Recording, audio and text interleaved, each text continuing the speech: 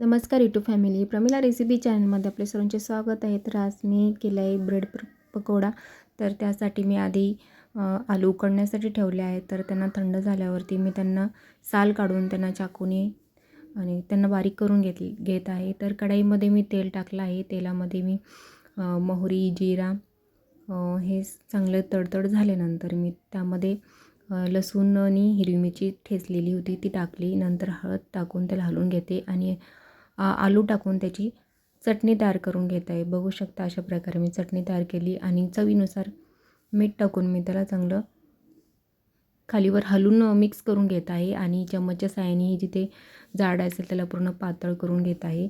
तर आपले सारण तयार आहे बटाट्याचं. तर आता मी बेसन पीठ घेतलं आहे. बेसन पीठमध्ये हळद टाकलेली आहे, थोडंसं चवीनुसार मीठ टाकलेलं आहे, थोडंसं जिरा टाकलेला आहे आणि त्याला थोडंसं पाणी टाकून जसं आपल्याला हवं तसं त्याला पाणी टाकून त्याला बॅटर तयार करून घ्या अशा प्रकारे. तर आता आपण ब्रेडला चांगल्या क्वालिटीचे ब्रेड घ्या ताजे. तर आता त्याला आपण वरतून असं सारण लावून घेऊ बटाट्याचं आणि दुसऱ्या साईडनं त्याला ब्रेड लावू आणि त्याला बेसनच्या याच्यात मिक्स करून तेल गरम झालं की त्यात ते सोडून देऊ दमाने.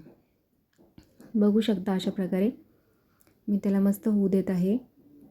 एक साईड झाली की दुसऱ्या साईडने त्याला पलटून घ्यायचं आहे आणि खरंच खूप छान होतात आणि घरी बनवून लहान लेकरांना खायला द्यायचं. बाहेरचं देण्यापेक्षा आपलं घरचं खूप छान असतं. तर बघू शकता. माझी रेसिपी आवडल्यास चॅनलला नक्की सबस्क्राईब करा. Thanks for watching. धन्यवाद.